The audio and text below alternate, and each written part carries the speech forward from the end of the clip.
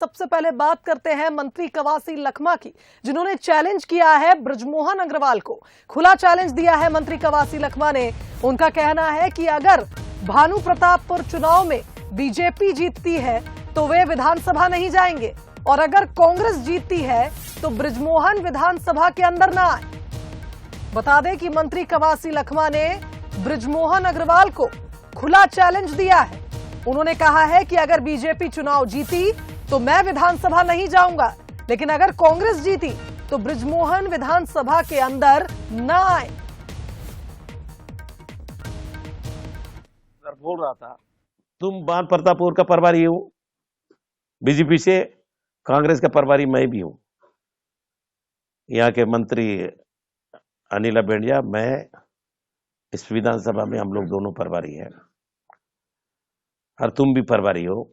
अगर भानु का सीट छू जीतेगा तो विधानसभा के अंदर आना, अगर मैं नहीं जीता मैं नहीं आऊंगा, तुम भी नहीं आना। मैं उसको चैलेंज दिया हूं। इधर आबकारी मंत्री कवासी लखमा ने अपने बयान में अकबर कोर्राम की मदद कर रहे हैं बृजमोहन अग्रवाल, ये आरोप भी लगाया। पूर्व मंत्री बृजमोहन अग्रवाल पर आरोप लगाया। बता दें कि आदिवासी प्रत्याशी हैं अकबर कोर्राम, जिनकी मदद कर रहे हैं बृजमोहन अग्रवाल, ये आरोप मंत्री कवासी लखमा ने लगाया। साथ ही साथ कहा कि बृजमोहन के पास बहुत माल है, आदिवासियों को कसम खिलाने का इन्होंने काम किया।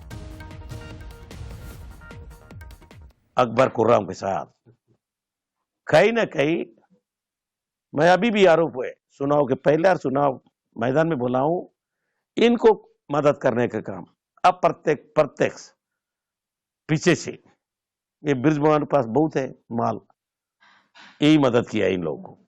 उसी कारण आदिवासी लोग कसम खाने का, ये करने का कोशिश किया, लेकिन बान प्रतापपुर का मान जनता, बान प्रतापपुर का ईमानदार जनता, व्यापारी मिलकर कांग्रेस पार्टी को जितवाएंगे।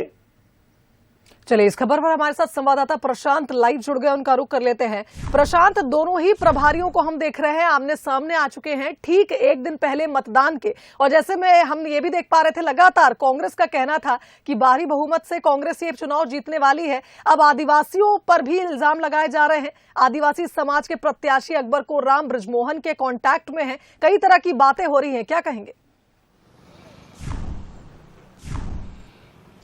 जी बिल्कुल शुभांगी, जिस दिन से भानु प्रतापपुर उपचुनाव की घोषणा हुई है, उस दिन से ही जुबानी जंग, आरोप प्रत्यारोप के बयानबाजी जो है वो शुरू हो गई है, और लगातार कांग्रेस और भाजपा एक दूसरे पर आरोप प्रत्यारोप की झड़ी लगा दिए हैं। अब चूंकि शोरगुल खत्म हो चुका है, लेकिन एक दिन पहले सरगर्मियां काफी तेज हो गई हैं, और कांग्रेस और भाजपा बिल्कुल भी नहीं चाहती कि किसी भी प्रकार से मैदान को छोड़े।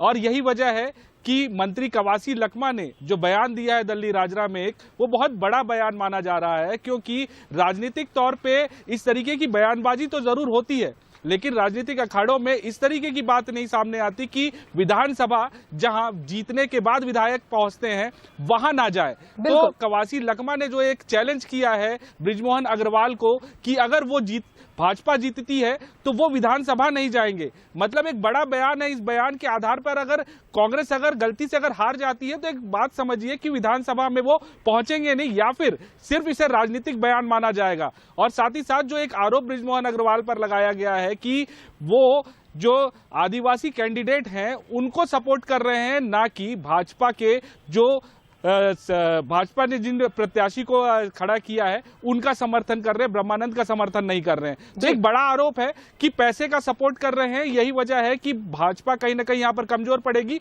और कल मतदान है, कल मतदान के बाद कुछ दिनों में ये हालांकि स्पष्ट तो हो जाएगा कि जीत किसके हाथ पे लगती है, लेकिन आरोप प्रत्यारोप और जिस तरीके से खींचातानी चल रही है, बयानबाजी के तौर चल रहा है, वो कहीं ना कहीं ये दिखाता है कि दोनों ही पार्टियां अभी इस चुनाव को लेकर काफी गंभीर है, क्योंकि आने वाले एक साल में चुनाव, उपचुनाव के बाद जो है एक साल बाद चुनाव होने हैं विधानसभा के, और ये चुनाव कहीं ना कहीं डिसाइडिंग फैक्टर होगा कि आदिवासी क्षेत्र में किसका जनाधार अब देखने को मिल सकता है। बिल्कुल जी। सही कहा प्रशांत आपने। जिस तरह से हमने देखा है लगातार आदिवासी हितैषी दोनों ही दल बनने की कोशिश कर रहे थे, लेकिन आदिवासियों ने भी अपने अलग प्रत्याशियों को उतारा है। तो ये तो 8 दिसंबर को ही पता चलेगा कि ये सीट आखिर किसके खाते में जाती है। लेकिन जिस तरह से खुला चैलेंज मंत्री कवासी लखमा ने बृजमोहन अग्रवाल को दिया है, देखना होगा कि क्या वे इस चैलेंज को एक्सेप्ट करते हैं और आने वाले दिनों में कौन विधानसभा में नजर नहीं आता है। फिलहाल धन्यवाद तमाम बातचीत के लिए।